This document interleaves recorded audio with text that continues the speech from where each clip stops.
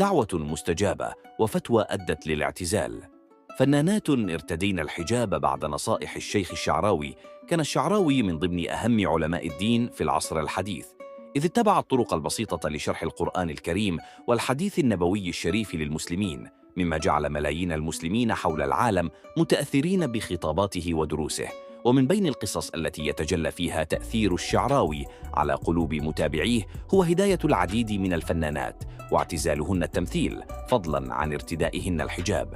شادية ذهبت الفنانة شادية إلى الشيخ الشعراوي لسماع نصائحه، وذلك بعدما قدمت الأغنية الدينية خد بإيدي في إحدى الحفلات. وكانت زيارتها للشيخ الشعراوي بصحبة الفنانة ياسمين الخيام بداية اعتزالها الفن وارتداء الحجاب. سهير رمزي. وبالرغم من أن الفنانة سهير رمزي أوضحت أن الشيخ الشعراوي لم يكن سبباً في ارتدائها الحجاب، إلا أنها اعترفت بتأثرها به قائلة: أهم رجل دين في حياتي هو بالنسبة لي قدوة، وأتعلم منه الإسلام الحقيقي بعيداً عن التشدد والتعصب.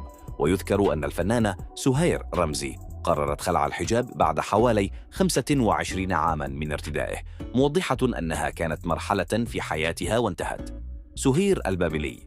تأثرت الفنانة الراحلة سهير البابلي بتدين ابنتها الوحيد نيفين، إذ أوضحت أن ابنتها هي السبب الرئيسي لارتداء الحجاب، لأنها شعرت بالخجل من تدين ابنتها في حين انشغالها بالتمثيل والغناء، مضيفة أنها سألت عدد من رجال الدين بهذا الشأن، ومن أبرزهم الشيخ محمد متولي الشعراوي، ثم قررت ارتداء الحجاب بعد اقتناعها بأنها مقصرة في دينها.